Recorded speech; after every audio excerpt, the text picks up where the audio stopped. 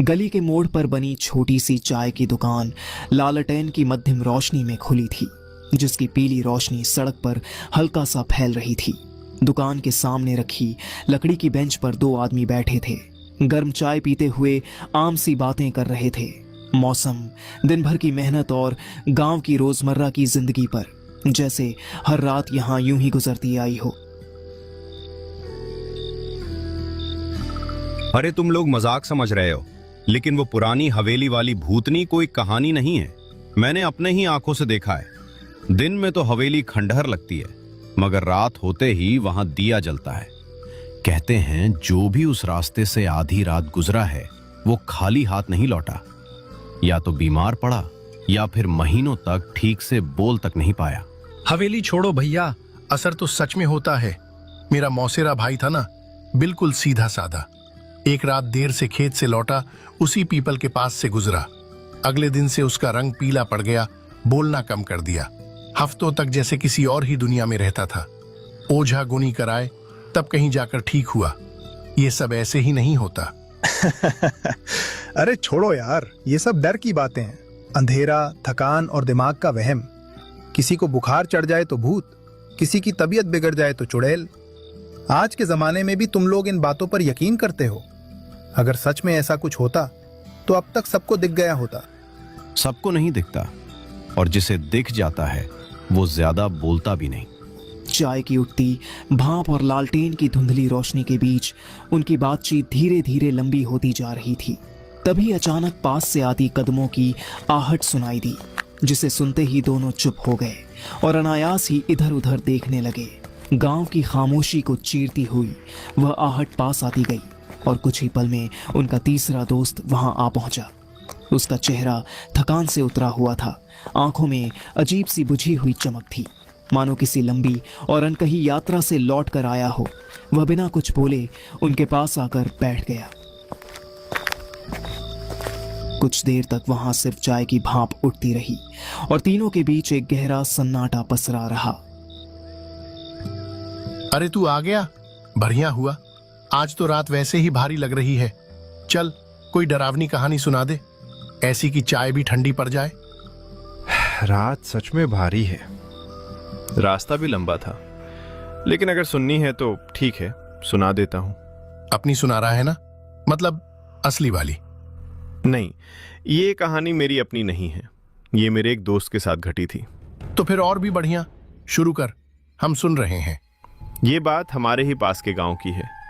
वही गांव जो दिन में बिल्कुल साधारण लगता है, खेत, गलियां, चौपाल और हंसते खेलते लोग। लेकिन रात होते ही उस गांव का मिजाज बदल जाता है।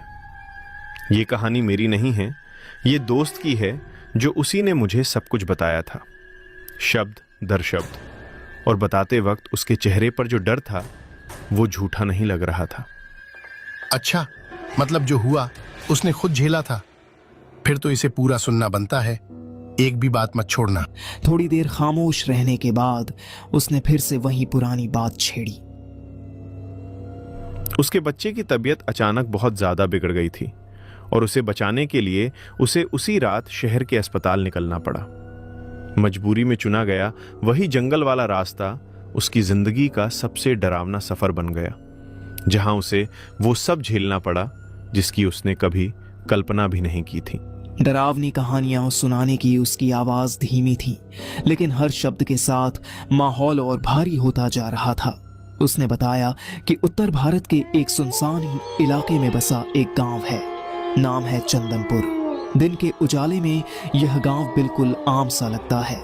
खेतों में काम करते किसान, चौपाल पर बैठकर हुक्का गुड़गुड़ाते बुजुर्ग और गलियों में खेलते बेफिक्र बच्चे। लेकिन जैसे ही सूरज ढलता है, चंदनपुर की सूरत बदल जाती है। रात होते ही पूरे गांव पर ऐसा सन्नाटा छा जाता है मानो हवा भी अपनी चाल थाम लेती हो। लोग दरवाजे और खिड़कियां कसकर बंद कर लेते हैं, क्योंकि उन्हें पता है इस गांव की रातें साधारण नहीं हैं। कहते हैं बरसों पहले यहाँ एक ऐसी घटना घटी थी जिसका नाम आज भी लोग जोर से लेने से कतराते हैं। उस हादसे के बाद से चंदनपुर की फिजा में कोई अनदेखा साया बस गया है।